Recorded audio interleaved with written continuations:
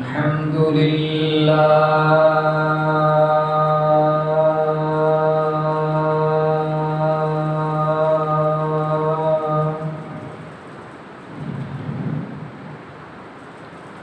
الحمد لله نحمده ونستعينه ونستغفره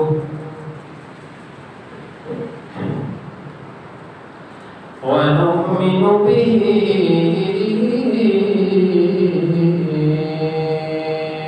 ونتوكل عليه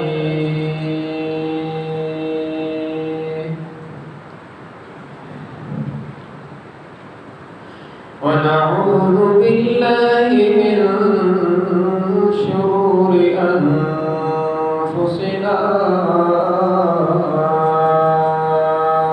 ومن سيئات أعمالنا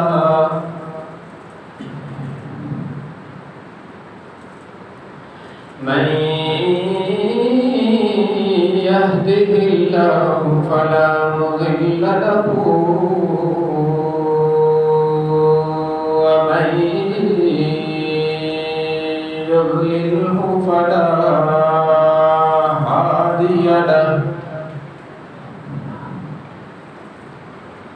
ونشهد أن لا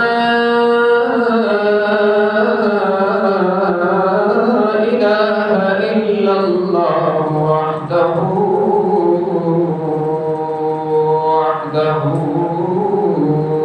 لا شريك له ونشهد أن سيدنا وسندنا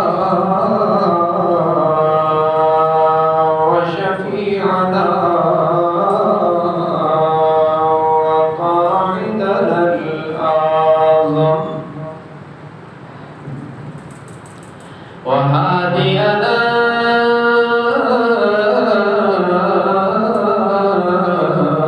ومرشدنا ومقوانا وملجانا ومولانا محمدا عبده ورسوله أرسله بالحق بشيرا ونذيرا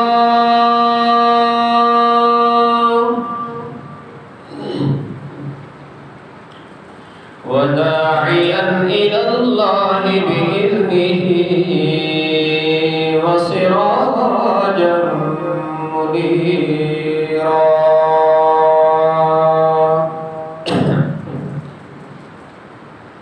وصلى الله تعالى عليه وعلى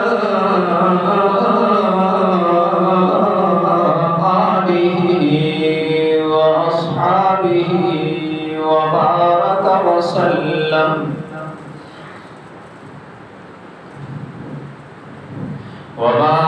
وسلم تسليما كثيرا كثيرا.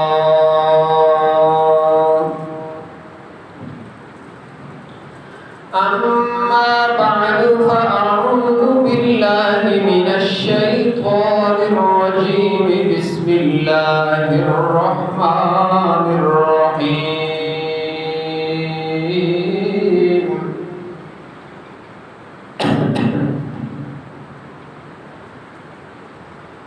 يا أيها النبي قل لأزواجك وبناتك ونساء المؤمنين يدنين عليهن من جلابيبهن ذلك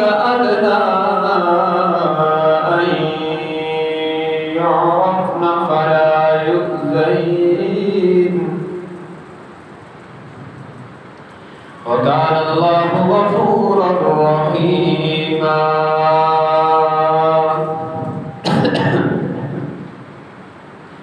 وقال الله تبارك وتعالى في كلام المقدس على مقام آخر: فلا وربك لا يؤمنون حتى يحكموك فيما شجر بينهم ثم لا يجدوا في أنفسهم حرجا مما قضيت ويسلموا تسليما.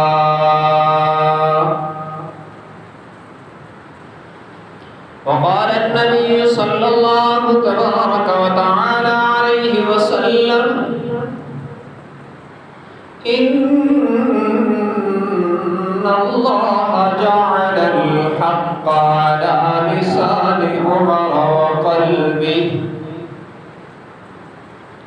وقال النبي صلى الله تبارك وتعالى عليه وسلم: لو كان بعدي نبي لكان عمر، أو كما قال النبي صلى الله تبارك وتعالى عليه وسلم: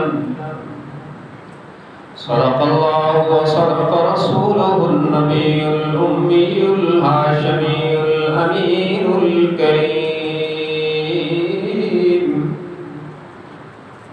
ونحن على ذلك لمن الشاهدين والشاكرين والحمد لله رب العالمين. إن الله وملائكته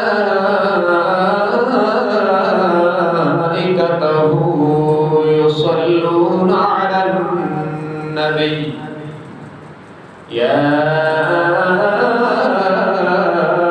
أيها الذين آمنوا صلوا عليه وسلموا تسليما.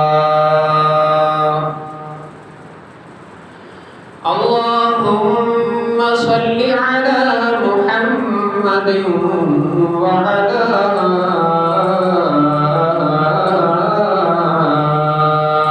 آل محمد كما صليت على إبراهيم وعلى آل إبراهيم إنك حميد مجيد.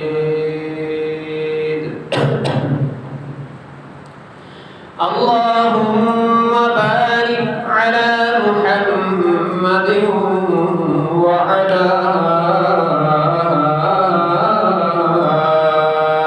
آل محمد كما باركت على إبراهيم وعلى آل إبراهيم إنك حميد مجيد.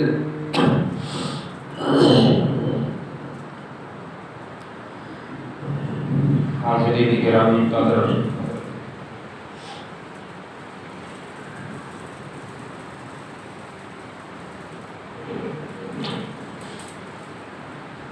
آج سن 1442 ہجری کا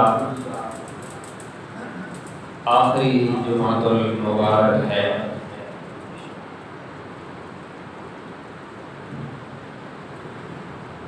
اسلامی سال سن 1442 ہجری کے ختم ہونے میں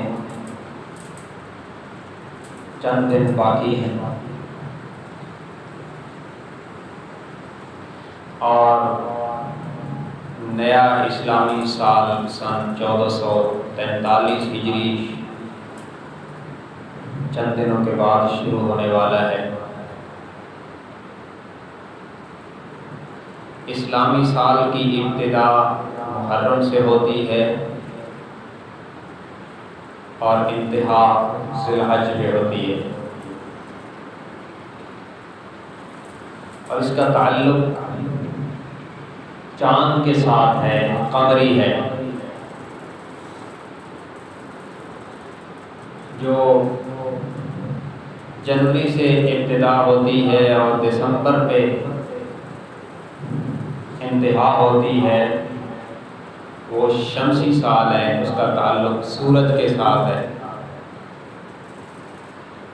اسلام کے جتنے احکام ہیں ان کا تعلق چاند کے ساتھ ہے، اس لیے شرعاً چاند کی تاریخ یاد رکھنا مستحب ہے، باعث ثواب ہے۔ مگر ہمیں انگریزی تاریخ تو یاد ہوتی ہے اور چاند کی تاریخ یاد کوئی نہیں ہوتی۔ انگریزی تاریخ کو یاد رکھنا ہماری ضرورت ہے، ہمارے کئی کاموں سے متعلق ہیں، ضرورت کے درجے میں وہ یاد ہونی چاہیے۔ چاند کی تاریخ کو یاد رکھنا، اس کا تعلق ہمارے شرعی احکام کے ساتھ ہے، ہمارے دین کے ساتھ ہے، اس لحاظ سے ہمیں چاند کی تاریخ کو ثواب سمجھ کر یاد رکھنا چاہیے۔ آج 26 ذی الحج یعنی چاند کی 26 تاریخ ہے، اور ذی الحج کے آخر سن 23 ہجری، اب ہے 1442 ہجری۔ اس سے پیچھے اگر چلیں تو سن 23 ہجری کے ذی الحج کے انہی آخری ایام میں حضرت عمر رضی اللہ تعالی عنہ کی ذات پر قاتلانہ حملہ ہوا، اور اس کے نتیجے میں انہوں نے جام شہادت نوش فرمایا، اور یکم محرم الحرام کو وہ روضہ اطہر میں حضرت ابوبکر صدیق رضی اللہ تعالیٰ عنہ اور حضور اکرم صلی اللہ علیہ وسلم کے ساتھ جنت میں دفن کر دیے گئے۔ تو آج کے خطبہ میں حضرت عمر رضی اللہ تعالیٰ عنہ کے حوالہ سے چند ضروری باتیں عرض کرنی ہے، کیونکہ ہمیں اپنے اسلاف کا علم ہونا چاہیے، اپنے اسلاف کی، اپنے بڑوں کی جو تاریخ ہے، ان لوگوں کی جو تاریخ ہے جن کی قربانیوں کی برکت سے ہم تک دین پہنچا ہے، اس کا ہمیں علم ہونا چاہیے۔ اور حضرت عمر رضی اللہ تعالیٰ عنہ ہمارے بڑوں میں، ہمارے اکابر میں وہ عظیم شخصیت ہیں جن کے آنے سے اسلام پہ بہار آئی، اور یہ وہ مرد کلندر ہے جس کو رسول اللہ صلی اللہ علیہ وسلم نے اللہ سے مانگا ہے اسلام کی عزت کے لیے، اور یہی وہ مرد کلندر ہے جس نے اپنے دور حکومت میں اللہ کی دی ہوئی طاقت کے ساتھ عناصر اربع پہ حکومت کی ہے۔ ہواؤں نے بھی جن کا کہنا مانا اور مسجد نبوی سے آپ کے پیغام کو اٹھایا اور ہزاروں میل دور جناب حضرت ساریہ تک پہنچایا۔ آگ بھی جن کے آرڈر پر پیچھے ہٹنے پر مجبور ہوئی، کانپتی ہوئی زمین جن کے درہ مارنے سے تھم گئی، اور جس مرد کلندر نے خط لکھا تو دریان تعمیل کی، اس کا نام عمر ہے۔ حضرت عمر رضی اللہ تعالی عنہ کا سلسلہ نسب آٹھویں پشت پہ جا کر حضور اکرم صلی اللہ علیہ وسلم کے ساتھ مل جاتا ہے۔ آپ قریشی ہیں،